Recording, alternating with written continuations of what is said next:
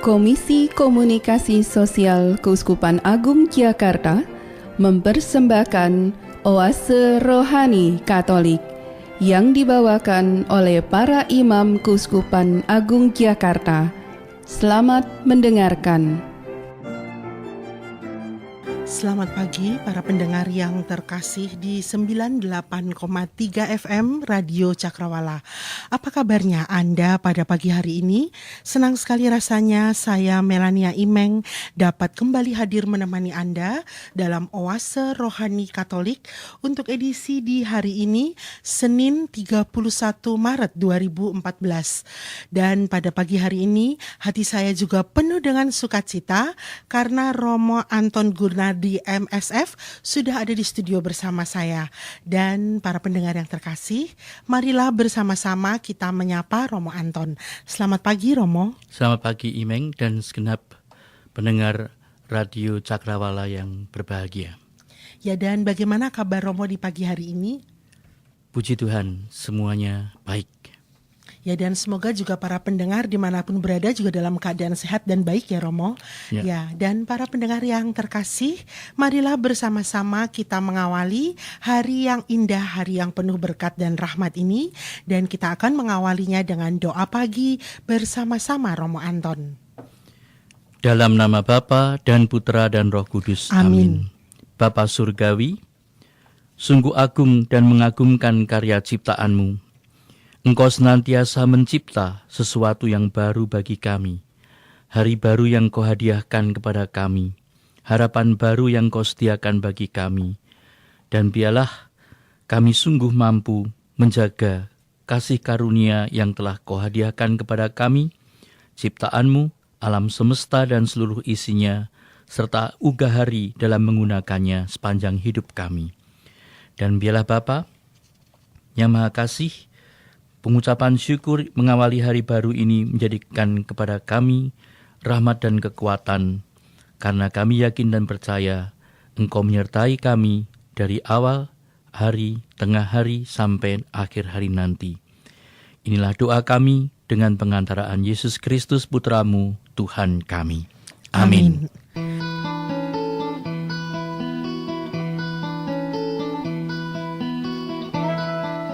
Perbincangan Rohani Injil hari ini.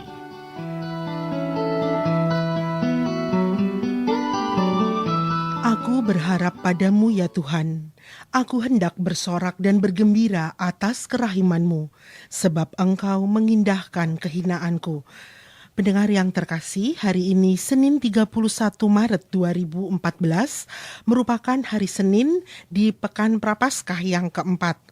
Dan bacaan liturgi untuk hari ini diambil dari kitab Yesaya bab 65 ayat 17 sampai 21, dilanjutkan dengan Injil Yesus Kristus menurut Santo Yohanes bab 4 ayat 43 sampai 54. Dan untuk para pendengar yang telah siap dengan kitab sucinya maupun Anda yang saat ini tengah berkendaraan menuju ke tempat aktivitas Anda di pagi hari ini, saya akan menyampaikan bacaan dari kitab Yesaya bab 65 ayat 17 sampai 21. Beginilah firman Allah. Aku menciptakan langit yang baru dan bumi yang baru. Hal-hal yang dahulu tidak akan diingat lagi dan tidak akan timbul lagi di dalam hati. Bergiranglah dan bersorak-sorak untuk selama-lamanya atas apa yang Kuciptakan. Sebab sesungguhnya Aku menciptakan Yerusalem penuh sorak-sorai dan penduduknya penuh kegirangan.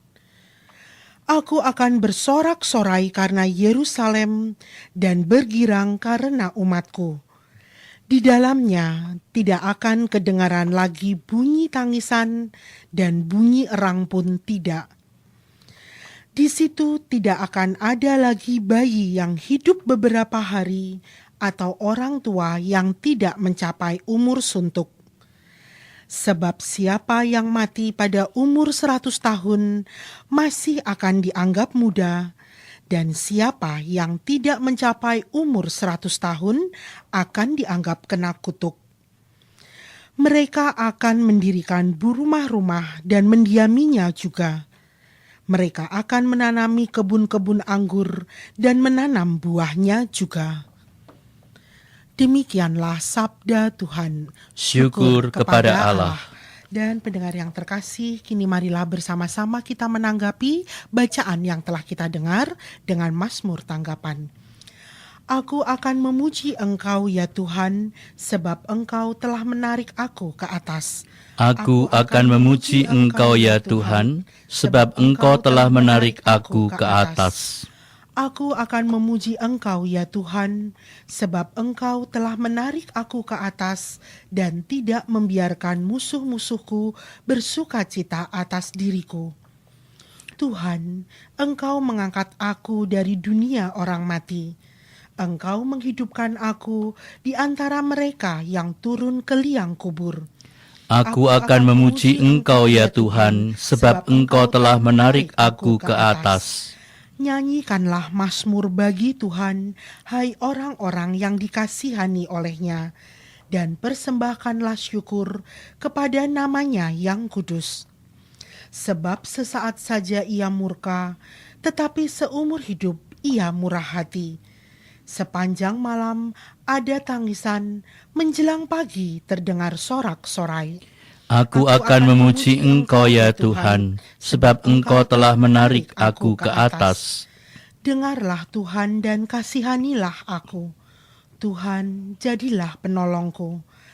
Aku yang meratap telah Kau ubah menjadi orang yang menari-nari. Tuhan Allahku, untuk selama-lamanya aku mau menyanyikan syukur bagi-Mu. Aku akan memuji Engkau ya Tuhan, sebab Engkau telah menarik aku ke atas. Dan pendengar yang terkasih, kini marilah bersama-sama kita menyiapkan hati. Kita akan mendengarkan Romo Anton akan menyampaikan Injil Yesus Kristus menurut Santo Yohanes bab 4 ayat 43 sampai 54. Terpujilah Kristus Tuhan, Raja mulia dan kekal. Terpujilah Kristus Tuhan, Raja mulia dan kekal.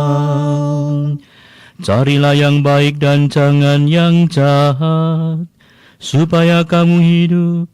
Dengan demikian Allah akan menyertai kamu.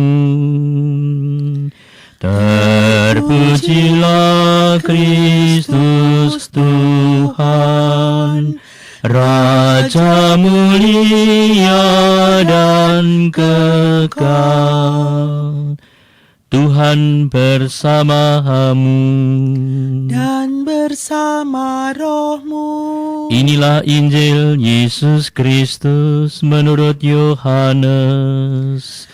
Dimuliakanlah Tuhan.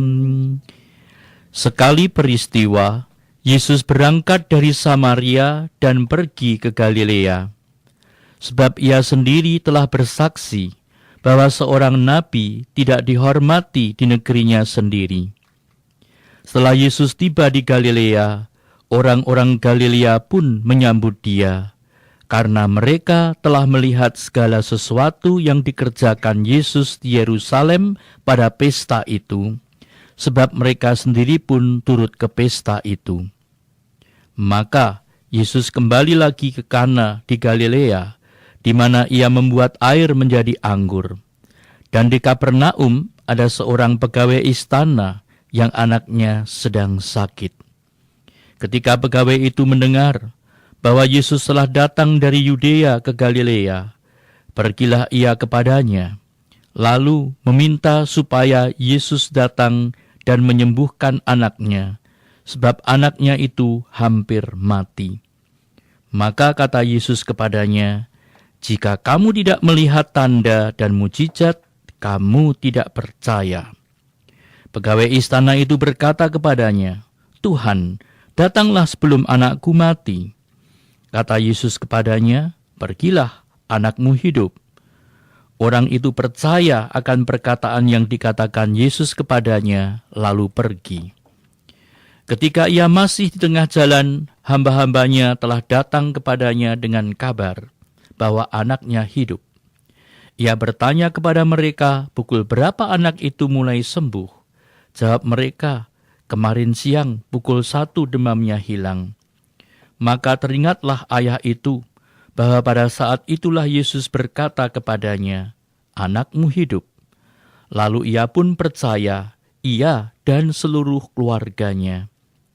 Dan itulah tanda kedua yang dibuat Yesus ketika ia pulang dari Yudea ke Galilea. Berbahagialah saya dan Anda yang sudah mendengarkan sabda Tuhan dan akan tekun melaksanakannya. Sabdamu adalah jalan, kebenaran dan hidup kami. Pendengar yang terkasih, kini kita akan masuk dalam perbincangan rohani untuk pagi hari ini, Senin 31 Maret 2014.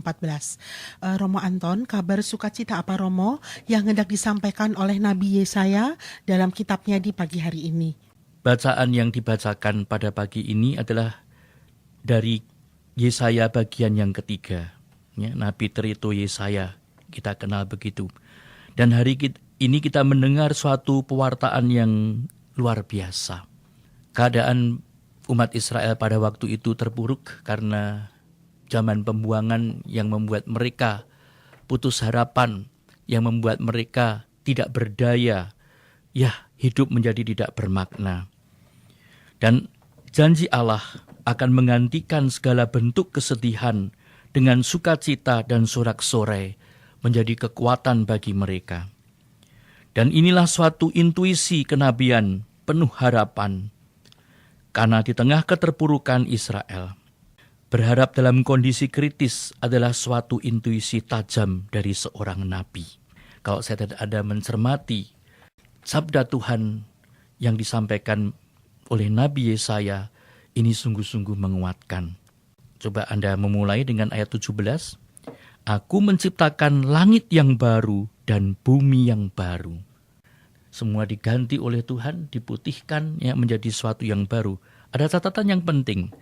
Hal-hal yang dahulu tidak akan diingat lagi dan tidak akan timbul lagi di dalam hati. Ini penting. Karena dalam kehidupan kita sehari-hari kita kadang-kadang kembali ke masa lalu. Coba kalau ada pertengkaran dalam keluarga, pasangan suami istri sering yang terjadi dulu diungkit-ungkit lagi, dan membuat penderitaan yang tidak perlu. Padahal Allah menyediakan yang baru. Kalau dia mengatakan langit yang baru dan bumi yang baru, itu bukan hanya masalah material, tetapi sungguh-sungguh lahir dan batin yang diperbaharui. Semangatnya, kegembiraannya, dan juga kehidupannya diperbaharui. Karena itu, kalau saya dan Anda mengamati bacaan ini, sungguh-sungguh mengajak saya dan Anda untuk bersukacita, bergiranglah dan bersorak-sorak untuk selama-lamanya atas apa yang Kuciptakan. Dan karya Tuhan tidak pernah gagal, dan rencana kasih-Nya itu ditampilkan lagi. Kalau saya dan Anda boleh mengamati bacaan ini, shalom yang utuh dimaklumkan lagi. Shalom yang sudah dicederai oleh ketidaksetiaan umat Israel, dipangkas habis dan kemudian diganti dengan shalom yang utuh. Saya akan kembali kepada bagian yang tadi dikatakan oleh Allah sendiri, Aku menciptakan. Ini karya. Allah berinisiatif dan Allah kreatif, menciptakan langit yang baru dan bumi yang baru. Dan ini yang digarisbawahi. Hal-hal yang dahulu tidak akan diingat lagi dan tidak akan timbul lagi di dalam hati. Inilah dalam hidup ini ada 3 sisi kehidupan. Hari kemarin orang berbahasa Inggris mengatakan past, itu artinya pasti. Saya dan Anda tidak bisa mengubah apapun yang telah terjadi. Anda dan saya tidak bisa menarik perkataan yang telah terucapkan.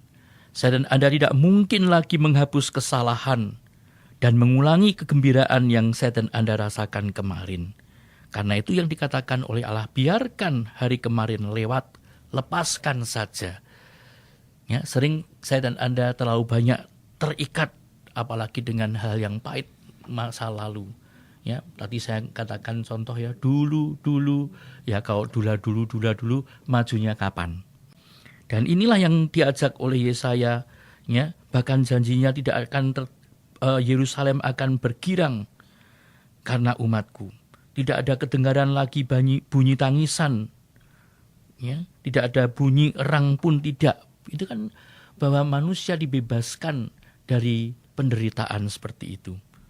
Nah, kalau saya dan Anda sudah dibebaskan, kenapa saya dan Anda tidak melepaskan yang tidak enak itu? Ya, itu sisi kehidupan yang pertama, adalah kemarin, past, ya. Hari esok, future. Hingga mentari esok hari terbit, saya dan Anda tidak tahu apa yang akan terjadi.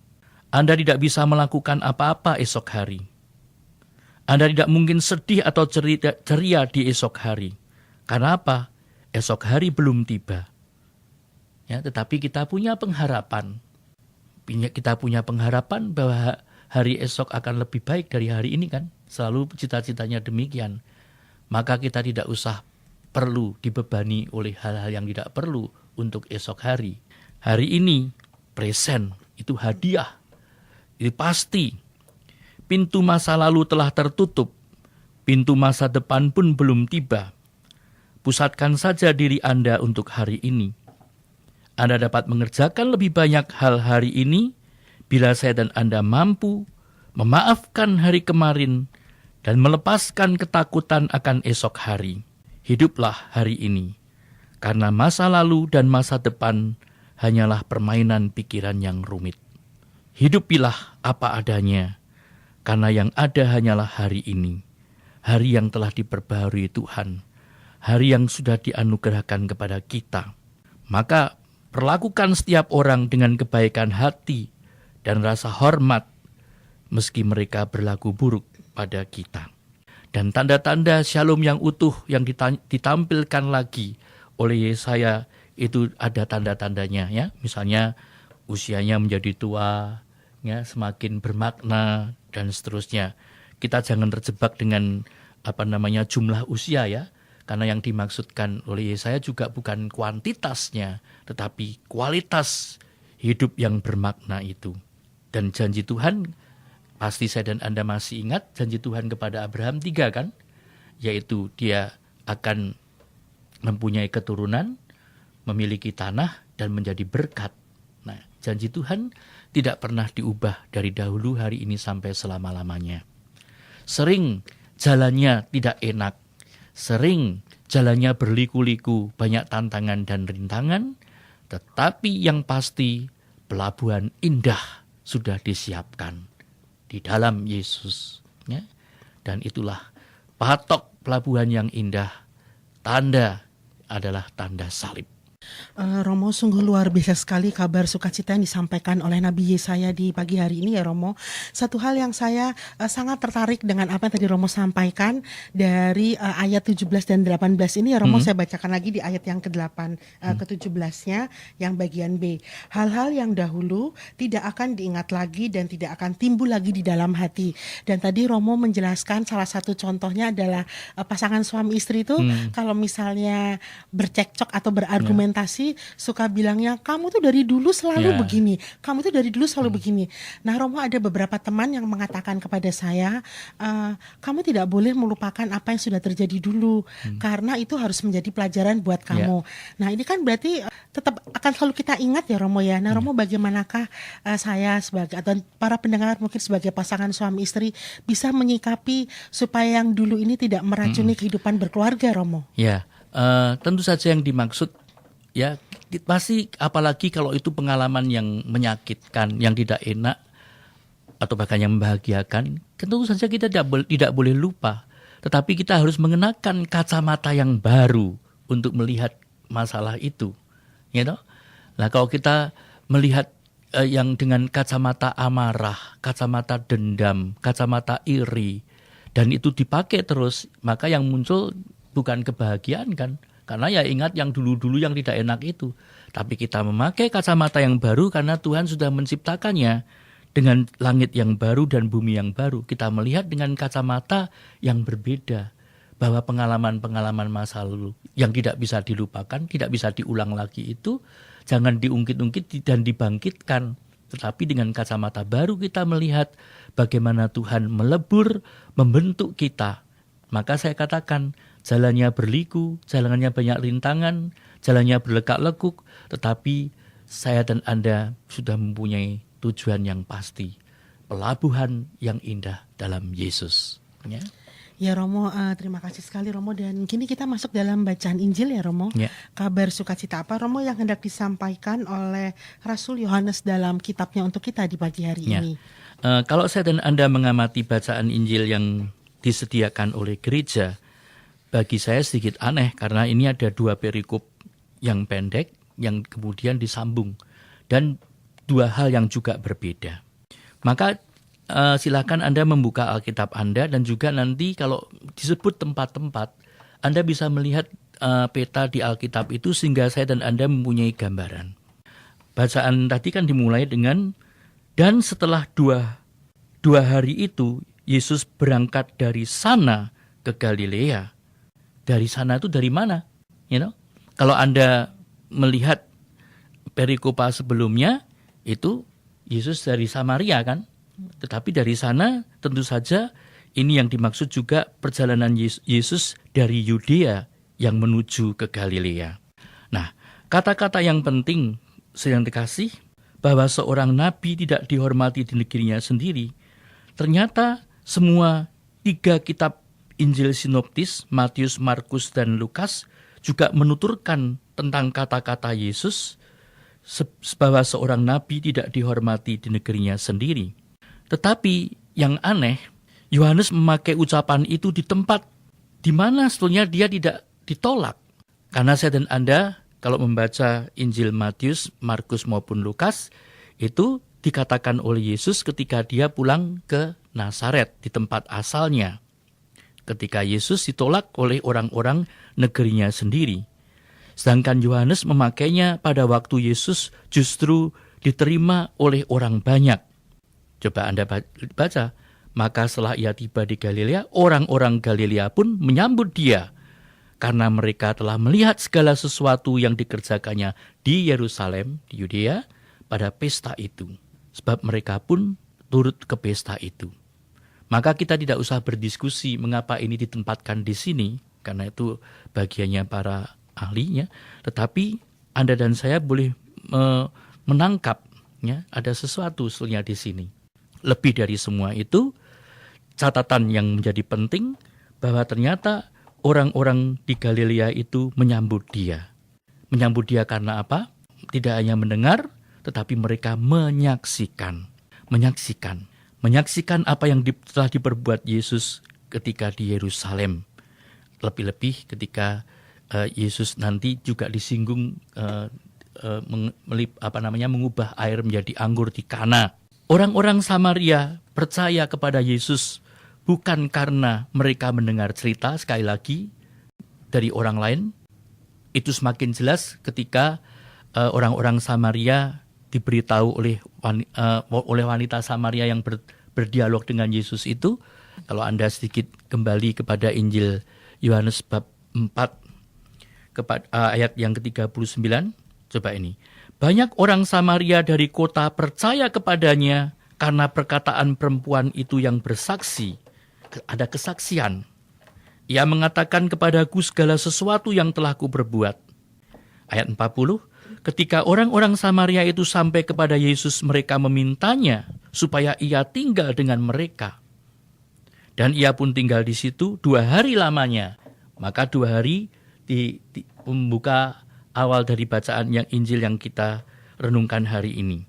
Karena perkataannya lebih banyak lagi orang yang percaya dan mereka berkata kepada perempuan itu, perhatikan, kami percaya, tetapi bukan lagi karena apa yang kau katakan, sebab kami sendiri telah mendengar dia dan kami tahu bahwa dialah benar-benar juru selamat dunia.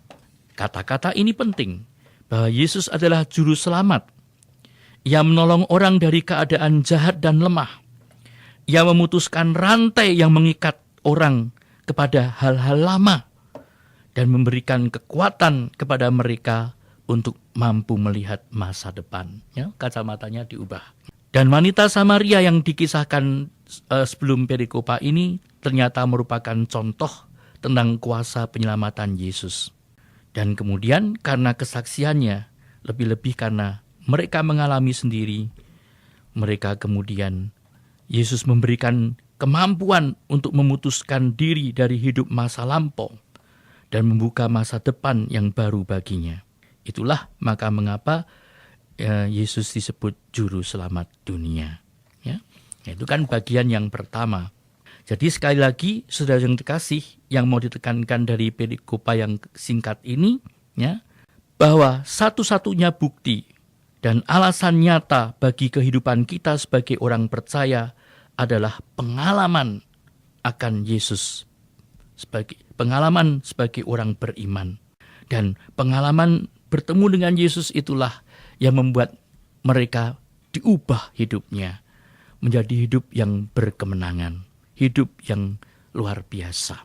Jadi sekali lagi, kesaksian hidup kita menunjukkan pengalaman itu serta maknanya, dan inilah penginjilan. Kalau Anda ikut kursus evangelisasi pribadi, di situ dikatakan ada 5 langkah penginjilan. Dan bagian yang utama, kesaksian itulah yang menjadi kesaksian yang teruji dan terpuji. Saya akan sedikit menceritakan ada satu dialog yang penting, ya, antara seorang ahli dari kelompok The Theology of Freedom dari Brasil yang bernama Leonardo Boff bertanya pada Dalai Lama, pemimpin umat Buddha dari Tibet. Yang mulia, apakah agama yang terbaik? Leonardo Boff menduga bahwa Dalai Lama akan menjawab agama Buddha dari Tibet. Ternyata sambil tersenyum, Dalai Lama menjawab, agama yang terbaik yaitu agama yang membuat Anda menjadi orang yang lebih baik. Dan sambil menutupi rasa malu karena punya dugaan kurang baik tentang Dalai Lama ini, Leonardo Boff bertanya lagi, apakah tanda agama yang membuat kita menjadi lebih baik? Jawabnya, agama apapun yang bisa membuat Anda lebih berbelas kasih, berpikiran sehat, lebih objektif, adil, lebih menyayangi, lebih manusiawi, lebih punya rasa tanggung jawab, dan lebih beretika. Agama yang punya kualitas seperti di atas adalah agama terbaik. Leonardo Boff terdiam sejenak dan terkagum-kagum atas jawaban Dalai Lama yang bijaksana dan tidak dapat dibantah. Selanjutnya Dalai Lama berkata, tidak penting bagiku apa agamamu. Tidak peduli Anda beragama atau tidak. Yang betul-betul penting bagi saya adalah perilaku Anda di depan kawan-kawan Anda, di depan keluarga, lingkungan kerja, dan dunia. Akhirnya Dalai Lama berkata, jagalah pikiranmu, karena akan menjadi perkataanmu. Jagalah perkataanmu, karena akan menjadi perbuatanmu. Jagalah perbuatanmu, karena akan menjadi kebiasaanmu. Jagalah kebiasaanmu, karena akan membentuk karaktermu. Jagalah karaktermu, karena akan membentuk kehidupanmu. Jadi inilah yang mau saya katakan, bahwa kalau saya dan Anda bertemu dengan Yesus tapi tidak mengubah hidup kita, hidup saya dan Anda lebih baik, hidup saya dan Anda lebih manusiawi, lebih mengasihi, dan lebih beretika, maka perjumpaan kita dengan Yesus hanya perjumpaan yang pura-pura. Santo Paulus mengatakan bahwa hidupku bukan aku lagi, tetapi Yesus yang hidup di dalam aku. Ini kesaksian. Nah, ini bagian yang pertama. Wah, Romo, sungguh luar biasa sekali, Romo. Dan sebelum Romo melanjutkan kabar sukacita dari bacaan Injil di pagi hari ini, saya ingin mengajak para pendengar yang terkasih untuk berdoa, doa malaikat Tuhan, Romo. Karena saya percaya dan yakin bahwa dengan berdoa kita bisa menghadirkan perjumpaan kita dengan Yesus, ya Romo. Dan para pendengar yang terkasih, marilah bersama-sama kita menyiapkan hati dan kita akan berdoa, doa malaikat Tuhan.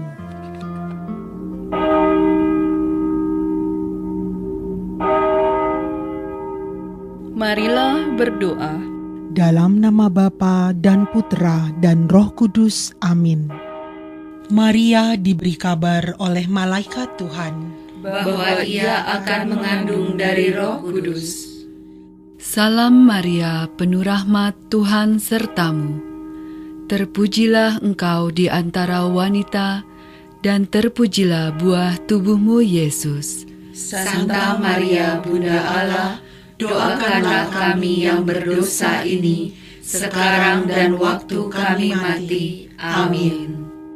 Aku ini hamba Tuhan. Terjadilah padaku menurut perkataanmu. Salam Maria, penuh rahmat, Tuhan sertamu. Terpujilah engkau di antara wanita, dan terpujilah buah tubuhmu, Yesus. Santa Maria, Bunda Allah, doakanlah kami yang berdosa ini, sekarang dan waktu kami mati. Amin. Sabda sudah menjadi daging Dan tinggal di antara kita. Salam Maria, penuh rahmat, Tuhan sertamu. Terpujilah engkau di antara wanita, dan terpujilah buah tubuhmu, Yesus. Santa Maria, Bunda Allah, doakanlah kami yang berdosa ini, sekarang dan waktu kami mati. Amin. Doakanlah kami, ya Santa Bunda Allah, Supaya kami dapat menikmati janji Kristus. marilah berdoa. Ya Allah, karena kabar malaikat, kami mengetahui bahwa Yesus Kristus Putramu menjadi manusia. Curahkanlah rahmat-Mu ke dalam hati kami, supaya karena sengsara dan salibnya, kami dibawa kepada kebangkitan yang mulia, sebab Dialah Tuhan pengantara kami. Amin. Dalam nama Bapa dan Putra dan Roh Kudus. Amin. Para pendengar yang terkasih, hari ini 31 Maret, Gereja Katolik memperingati orang kudus Santo Benyamin, seorang martir. Dalam Kisah Para Rasul, kita membaca kisah Petrus dan Yohanes dihadapkan kepada Dewan Sanhedrin karena mereka mewartakan Injil Kristus dan menyembuhkan seorang lumpuh.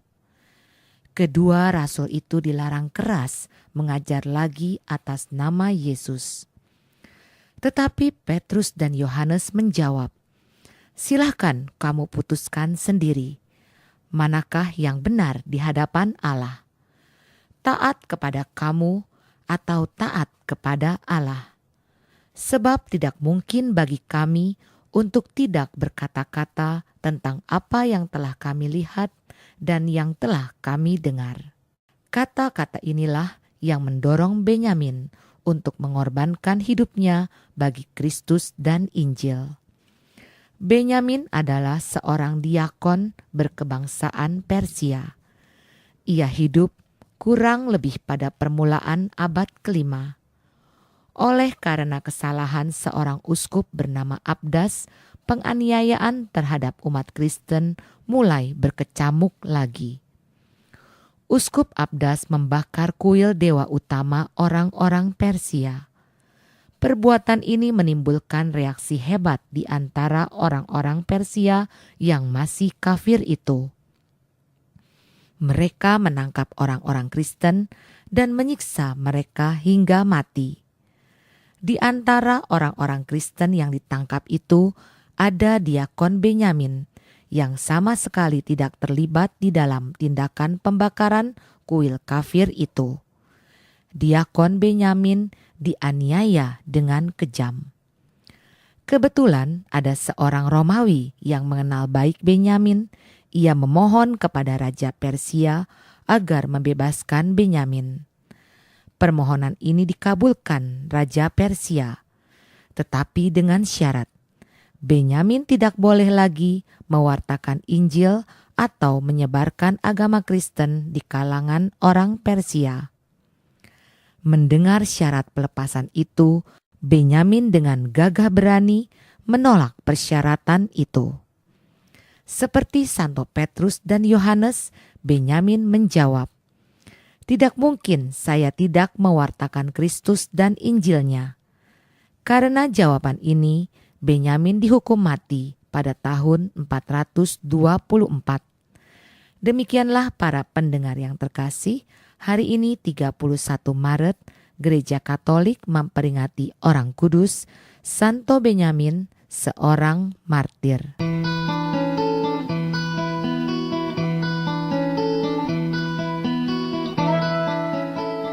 Dialog Iman Katolik.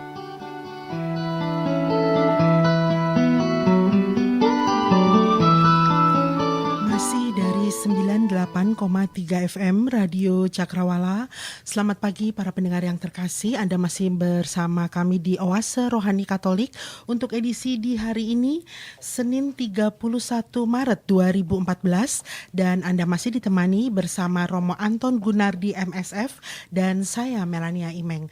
Pendengar yang terkasih, bila Anda mempunyai pertanyaan seputar iman Katolik Anda dapat menanyakan melalui SMS di 927655555. Saya ulang 927655555, atau Anda juga bisa men-sharingkan pengalaman iman Katolik Anda melalui alamat email kami di orkkaj@yahoo.com. Dan kini kita akan lanjutkan kembali perbincangan rohani kita di pagi hari ini, di hari Senin 31 Maret 2014 yang merupakan hari Senin di Pekan Prapaskah yang keempat. Dan sebelum saya bertanya atau Romo Anton menjelaskan kembali kabar sukacita, saya akan mencoba mengulang sedikit ya Romo kabar sukacita dari bacaan pertama dari kitab Yesaya di pagi hari ini. Beliau memberikan kabar sukacita kepada kita berdasarkan pengalaman dari Israel ketika mengalami masa pembuangan. Ternyata Tuhan tidak melupakan bangsa kesayangannya, memberikan janji untuk memberikan hati yang penuh dengan sorak-sorai. Dan rupanya janji ini juga berlaku untuk kita ya Romo ya. Dan tadi Romo sudah menjelaskan ada 3 hari yang menjadi perhatian kita, yakni hari kemarin. Hari kemarin itu tidak bisa menghapus apa yang sudah terjadi, tidak bisa menghapus kesalahan, tidak bisa mengulang kembali kegembiraan, dan yang pasti terjadi. Dan ada hari esok, hari yang penuh harapan, di mana kita tidak bisa melakukan apa-apa karena masih belum terjadi. Dan yang paling penting adalah hari ini, karena hari ini merupakan hadiah dari Tuhan, di mana kita dapat melakukan banyak hal di hari ini. Begitu ya Romo ya. Lalu dari bacaan Injil tadi Romo menjelaskan bahwa bagian ini pertama ada 2 bagian, dan tadi baru 1 bagian ya Romo ya. Ketika Yesus ternyata diterima oleh bangsa di Galilea, padahal kalimat pertama tidak ngomong demikian ya Romo ya. Bisa Romo jelaskan kembali Romo? Ya, tadi kan kalau dibandingkan dengan 3 penginjil sinoptis ya, Matius, Markus, Lukas, itu kan menempatkan kata-kata seorang nabi tidak diterima di tempatnya sendiri, itu kan dalam konteks Yesus ditolak di tempat asalnya, di Nazaret ya Romo. Di Nazaret. Sedangkan ini kan dalam keadaan yang diterima ya. Tentu saja ini ada masalah biblis ya. Mungkin di sini Yohanes mengetahui isi pikiran Yesus, dan kita melihat bahwa pada waktu itu Yesus telah berangkat dari Yudea menuju Galilea ya. Dan sekarang ini ternyata orang-orang Samaria, bahkan orang-orang Galilea itu menerima Yesus. Tetapi kenapa kok ini muncul di sini? Maka ada kemungkinan bahwa yang terjadi ada dugaan maksudnya ya. Mengapa kata-kata ini ada dalam perikopa kita sekarang? Kalau tidak, maka kita boleh menduga bahwa kata-kata itu sedikit telah keliru ditempatkan ya. Bagaimanapun keadaan yang sebenarnya, perikop kita ini bersama dengan perikop yang mendahulunya memberikan suatu pendapat atau anggapan tentang Kristus yang tidak dapat dibantah. Ya. Jadi ya begitu yang tertulis dalam bagian ini. Agak sedikit aneh, tetapi itulah nyatanya. Dan kita tidak usah terjebak dengan masalah itu, maka lebih kita dalami maknanya. Ya. Tadi Romo mengatakan bahwa perikop di pagi hari ini terdiri dari 2 bagian ya Romo ya. Dan Romo tadi sudah menjelaskan bagian yang pertama. Kalau yang bagian keduanya bagaimana Romo? Kan yang dibaca pada hari ini kan Injil Yohanes bab 4 ayat 43 sampai dengan 54. Ya. Ayat 43 sampai dengan ayat 45 itu perikopa kecil. kembali ke Galilea. Sekarang bagian yang kedua itu mengisahkan Yesus yang menyembuhkan anak pegawai istana. Ya. Jadi keterangannya. Ya. Kemudian ya, Yesus kembali lagi ke Kana di Galilea. Coba lihat peta Anda. Ya. Dari dia itu dari Samaria kan, ya, ke Galilea, kembali lagi ke Kana, ya, di mana di situ Yesus pernah membuat air menjadi anggur. Sekarang saya dan Anda boleh melihat apa yang dilakukan oleh pegawai istana itu. Pegawai istana yang dikisahkan di sini anaknya sakit. Ya. Kita melihat dulu statusnya. Anda bisa membayangkan ini pasti pegawai istananya Herodes kan? Ya. Tentu saja ini bukan orang sembarangan. Pangkatnya pasti tinggi pasti ya, tinggi, you know? Dan Anda bisa membayangkan seorang pegawai istana yang datang kepada seorang tukang kayu. Kalau dia tidak mempunyai kerendahan hati yang besar, maka mana mungkin, ya? Karena diceritakan sekali lagi, ya, bahwa Yesus waktu itu ada di Kana, sedangkan pegawai istana itu di mana? Di Kapernaum, ya. Dan diperkirakan Kana dan Kapernaum itu berjarak kurang lebih 30 km. Maka ia memerlukan waktu yang cukup lama untuk kembali ke rumahnya. Anda bisa membayangkan seorang pejabat penting bergegas-gegas jauh 30 km hanya untuk memohon bantuan dari seorang tukang kayu desa. Maka saya dan Anda melihat bahwa untuk bertemu dengan Yesus kita harus melepaskan segala gengsi, pangkat, karena ia tidak perlu untuk datang kepada Yesus dengan hal yang seperti itu. Dan ia benar-benar memerlukan sesuatu, yaitu anaknya yang akan mati itu. Dan tidak ada yang bisa menghalanginya untuk datang kepada Kristus. Anda bisa membayangkan dia mempertaruhkan jabatannya. Dia pergi dari zona yang nyaman di istana. Untuk apa? Untuk sekali lagi menyelamatkan anaknya. Baik secara adat maupun secara kebiasaan pada waktu itu, ini suatu kekonyolan dan bisa menimbulkan kecemaran terhadap nama dan kedudukannya, dan dia tidak peduli. Maka yang menonjol dari pegawai istana ini adalah kerendahan hati untuk melepaskan segala atribut kehidupannya dan tidak peduli pada omongan yang mungkin orang katakan kepadanya tentang keanehannya itu. Ya, seorang pejabat pegawai istana datang kepada anak tukang kayu. Ya. Karakter yang pertama, kerendahan hati. Dan yang kedua, pegawai istana ini adalah seorang yang mempunyai keteguhan. Dan ketika Yesus menemui pegawai istana ini dengan kesannya yang mungkin tidak begitu peduli, ya, maka apa yang dikatakan Yesus ketika menanggapi permintaan pegawai istana itu? Dia hanya mengatakan begini. Ketika pegawai itu berkata kepada Yesus untuk meminta menyembuhkan anaknya sebab anaknya itu hampir mati, Yesus jawabannya agak cuek gitu ya. Kata Yesus kepadanya, jika kamu tidak melihat tanda dan mujizat, kamu tidak percaya. Dan apa yang dikatakan pegawai istana itu? Tuhan, datanglah sebelum anakku mati. Ini kan keteguhan hati. Dan Yesus juga menjawab, pergilah, anakmu hidup. Dan coba saya dan Anda bisa membayangkan, dikatakan di sini orang itu percaya akan perkataan yang dikatakan Yesus kepadanya, lalu pergi. Dia tidak minta bukti, dia tidak minta tanda. Ya. Dan Yesus mempunyai cara yang tepat untuk memastikan bahwa pegawai istana ini adalah orang yang benar-benar teguh dan tulus. Dia tidak menjadi kecewa karena jawaban Yesus. Karena itu, poin yang kedua ini, siapapun yang ingin menerima pertolongan Kristus, dia harus menunjukkan keteguhan hatinya dan ketulusannya. Ya, ini keunggulan kedua dari pegawai istana itu. Ya, mungkin kita berpikirkan dia sangat mendesak untuk anaknya, ya, tetapi Anda melihat nanti akibatnya apa? Bahwa dia ternyata diselamatkan anaknya diselamatkan, bahkan seluruh anggota keluarganya. Ya. Poin yang ketiga, pegawai istana ini adalah pegawai yang punya keyakinan, iman. Mempunyai iman dan keyakinan yang tidak tergoncangkan. Imannya cukup kuat sehingga dia mau bolak-balik kembali berjalan sejauh 30 km. Ya, karena Kapernaum itu hanya dengan pesan pasti Yesus yang menghibur hatinya. Anakmu hidup. Tidak ada jaminan apa-apa, tapi dia toh pulang.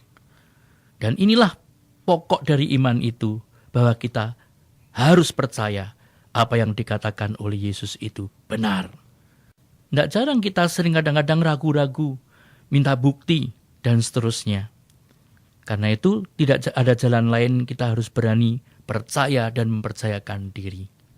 Kalau Anda masih ingat bacaan hari Minggu yang lalu, Abraham disuruh meninggalkan Harannya, meninggalkan kemapanan untuk pergi ke tempat yang akan ditunjukkan, baru akan ditunjukkan. Tetapi inilah yang diyakini, apa yang dikatakan Yesus pasti benar. Kendati sering jalannya sulit, 30 km berulang kali ya, pulang pergi, tetapi dia tahu bahwa di dalam Yesus ada pelabuhan yang indah. Dan tidak hanya itu, dia adalah seorang pegawai istana yang memberikan dirinya. Ketika terbukti memang anaknya hidup, seperti yang dikatakan oleh para pegawainya itu, pegawai istana ini tidak takut akan kesulitan-kesulitan, tetapi pegawai istana ini seorang yang dengan jujur mau berhadapan serta menerima kenyataan-kenyataan. Dan Anda tahu, saudara kasih, pada bagian yang itu dikatakan bahwa ayat 53, maka teringatlah ayah itu bahwa pada saat itulah Yesus berkata kepadanya, anakmu hidup. Lalu ia pun percaya, ia dan seluruh keluarganya. Coba sering kasih, ya, kepercayaan yang mendalam menyelamatkan anaknya, bahkan menyelamatkan seluruh keluarganya. Dan inilah penginjilan, membuat orang semakin yakin dan percaya akan pelabuhan yang indah dalam Yesus Kristus. Meyakini Yesus tidak pernah boleh tawar-menawar, tidak boleh ragu-ragu, tapi fokus terus pada Yesus. Jalannya bisa sulit, jalannya bisa banyak rintangan, jalannya banyak halangan, tetapi ada jaminan pasti. Dan janjinya tidak berubah. Dari hari ini, dahulu hari ini sampai selama-lamanya. Ya Romo, saya sangat tertarik sekali dengan apa yang dikatakan oleh Yesus dalam ayat 48 ya Romo. Jika kamu tidak melihat tanda dan mujizat, kamu tidak percaya. Rupanya sudah dari sejak 2000 tahun yang lalu sampai sekarang, ini rasanya masih up to date ya Romo ya. Bahkan di dalam hidup kita sehari-hari, kita sering, walaupun kita tidak bisa melihat tanda, tidak bisa melihat suatu bukti, tidak mendengarkan dari Yesus sendiri, rasanya tidak mudah Romo untuk percaya begitu saja. Walaupun tadi Romo sudah menjelaskan kunci-kuncinya, kita harus mempunyai kerendahan hati, kita harus mau melepas segala atribut diri kita harus mempunyai keteguhan dan ketulusan hati, serta mempunyai keyakinan iman yang tidak tergoncangkan. Wah Romo, kalau diucapkan ini rasanya sangat mudah untuk dilakukan Romo. Tetapi ketika berbagai masalah datang menerpa, seperti saudara saya sakit kok gak sembuh-sembuh, walaupun dia merasa saya imannya kuat kok Meng, tapi saya sering jadi benar gak sih ini janji Yesus kepada saya? Nah bagaimanakah Romo kita bisa menguatkan kembali iman kita? Kembali ke ayat tadi, kan Yesus mengatakan seperti itu, kan pengalamannya di Nazaret dalam perjalanannya ya. Itu kan banyak orang yang tidak percaya dan orang mencari tanda. Dia mengatakan hal yang sama, jangan-jangan pegawai istana ini juga seperti itu, tetapi ternyata tidak kan. Memang saya akan membacakan sebuah catatan ya. Sebuah perahu dibuat untuk berada di tengah lautan dan bukan hanya diam di dermaga. Demikian juga manusia diciptakan untuk mengarungi kehidupan dan bukan berdiam dan menunggu kehidupan ini berakhir. Di dalam mengarungi kehidupan akan banyak ombak dan mungkin badai yang akan dihadapi, tetapi itulah seni dari kehidupan. Yang paling penting kita terus mengembangkan layar dan nikmati perjalanan kita sampai tujuan, pelabuhan yang aman itu. Di dalam kehidupan jangan takut jatuh dan salah. Setiap kesalahan yang pernah kita lakukan adalah bagian dari proses pembentukan pribadi. Jangan selalu menyesali semua kesalahan, tapi jangan ulangi kesalahan. Sesalilah jika semua itu tidak berdampak adanya perubahan. Mendung diciptakan bukan untuk membuat langit gelap, tapi ia hadir untuk memberi kabar gembira akan sejuknya air hujan yang akan turun. Mampukah kita menangkap tanda-tanda yang ada, yang sering kadang-kadang berkat Tuhan itu tidak selalu dibungkus dengan kain sutra, tapi dibungkus dengan koran bekas, tapi isinya tetap berkat kan? Luka bukan hanya semata untuk membuat kita tersiksa, tapi ia tercipta agar kita tersadar bahwa kita hanyalah manusia biasa, tahu diri. Maka jalan satu-satunya dalam keadaan galau seperti itu, genggam keyakinan, jangan pernah dilepaskan. Indahnya kehidupan bukan terletak dari banyaknya kesenangan, tapi juga terletak pada rasa syukur kita. Bahkan ketika masa prapaskah ini kita diingatkan bahwa indahnya kehidupan ini bukan terletak dari banyaknya kesenangan, tapi berlabuh pada salib Kristus itu. Dan syukur, tanda kemenangan itu adalah tanda salib. Wow, sungguh luar biasa sekali ya Romo, bahwa di Pekan Prapaskah, Senin Pekan Prapaskah yang keempat ini, kita diingatkan kembali akan janji Allah dan kita diteguhkan kembali untuk selalu berpegang kepada Yesus ya Romo. Romo, kita masih tersisa beberapa menit ke muka, mungkin ada yang hendak Romo tambahkan atau Romo mau mengulang kembali kabar sukacita kita di pagi hari ini Romo? Ya, yang bacaan yang pertama sekali lagi, hidup ini penuh pengharapan dan Anda harus yakin dan percaya. Rencana Tuhan selalu indah bagi kita. Manusia berusaha untuk mematahkan, bahkan membengkokkan, tetapi rencana Tuhan tidak pernah gagal. Maka yang diungkapkan oleh Nabi Yesaya menjadi suatu pengharapan bagi kita. Dengan catatan jangan ingat yang dahulu-dahulu. Allah bahkan sudah melupakan, kitanya masih ingat yang dosa-dosa kita. Terus bagian dari Injil sendiri, bagian yang pertama yaitu yang menekankan mengenai pentingnya kesaksian hidup.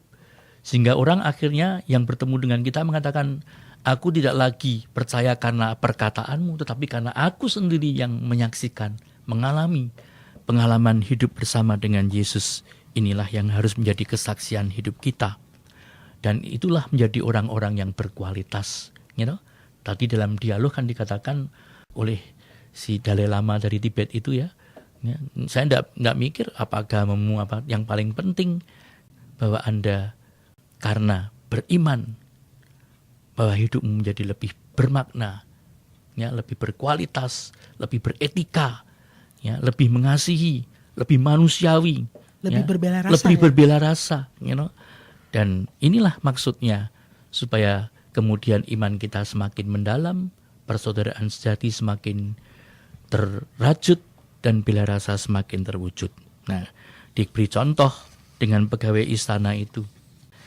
Dan kuncinya adalah kerendahan hati, keteguhan hati, punya keyakinan yang mendalam, yang tidak bisa digoncang, dan penyerahan diri yang penuh, percaya dan mempercayakan diri dalam tangan Tuhan.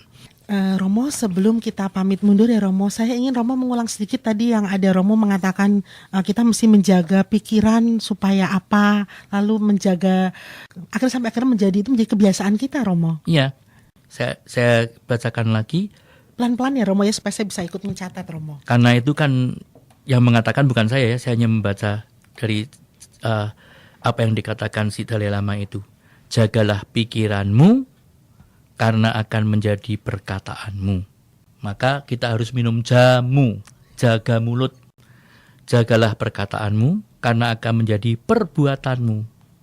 Jagalah perbuatanmu, karena akan menjadi kebiasaanmu. Jagalah kebiasaanmu, karena akan membentuk karaktermu.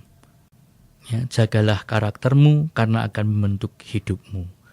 Nah, kalau mau diringkas ya resepnya kan 3 toh. Minum jamu, jaga mulut. Kita kembali kepada jati diri kita, jati, jaga hati, dan jari, jaga diri. Ya, terima kasih Romo. Rupanya uraian dari Romo Anton harus mengakhiri perbincangan rohani kita di pagi hari ini. Besar harapan saya Romo Anton dapat kembali mengisi oase rohani Katolik di lain waktu. Dan pendengar yang terkasih, akhir kata saya Melania Imeng bersama Romo Anton Gunardi MSF mohon pamit dari ruang dengar Anda semua. Semoga apa yang kita harapkan, apa yang kita lakukan dapat menjadi berkat bagi orang-orang di sekeliling kita. Dan kini kita akan mohon berkat Allah melalui Romo Anton. Selamat pagi, selamat beraktivitas, dan selamat berhari Senin. Marilah bersatu dalam doa. Bapa Surgawi, kami bersyukur kepadamu atas segala rahmat dan kekuatan yang Engkau berikan kepada kami. Buat kami hari demi hari mampu memberikan kesaksian tentang kasih-Mu dalam seluruh hidup kami, dalam keluarga, dalam lingkungan dan masyarakat kami, dan membawa sukacita, Injil, kabar baik itu bagi banyak orang yang kami jumpai dan kami layani. Lindungi juga kami dalam pergumulan dan perjuangan hidup, karena kami yakin Engkau sudah menyediakan pelabuhan yang aman dalam salib Tuhan Yesus Kristus Putra-Mu. Untuk itulah kami akan melanjutkan pekerjaan dan tugas-tugas kami hari ini dengan memohon berkat-Mu. Tuhan bersamamu dan bersama rohmu. Terimalah curahan berkat Allah yang melimpah atas karya, usaha, keluarga, dan perjuangan hidupmu hari ini, Bapa dan Putra dan Roh Kudus. Amin. Demikianlah oase rohani Katolik yang dipersembahkan oleh Komisi Komunikasi Sosial Keuskupan Agung Jakarta yang dibawakan oleh para imam Keuskupan Agung Jakarta. Tuhan memberkati.